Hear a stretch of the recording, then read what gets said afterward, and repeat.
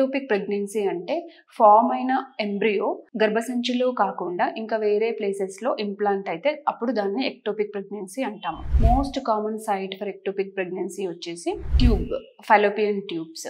అది కాకుండా ఓవరీలో ఇంప్లాంట్ అవ్వచ్చు, సర్విక్స్లో ఇంప్లాంట్ అవ్వచ్చు, లేకపోతే యూట్రస్ పైన స్కార్ ఏదైనా ఉంటే, ప్రీవియస్ ఎల్ఎస్సిఎస్ స్కార్ ఏదైనా ఉంటే స్కార్ లోపల కూడా ఇంప్లాంట్ అవ్వచ్చు.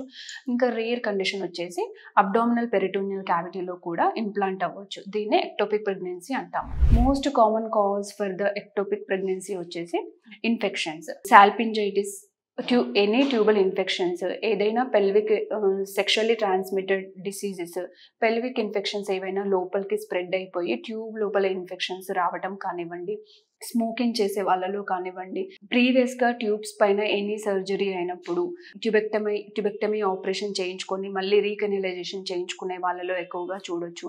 ఎండోమెట్రియోసిస్ హిస్టరీ ఉన్న వాళ్ళలో చూడొచ్చు, అపెండిసైటిస్ ఉన్న వాళ్ళలో చూడొచ్చు, జెనేటల్ ట్యూబర్కులోసిస్ ఉన్న వాళ్ళలో చూడొచ్చు, స్మోకింగ్ హ్యాబిట్ ఉన్న వాళ్ళలో చూడొచ్చు.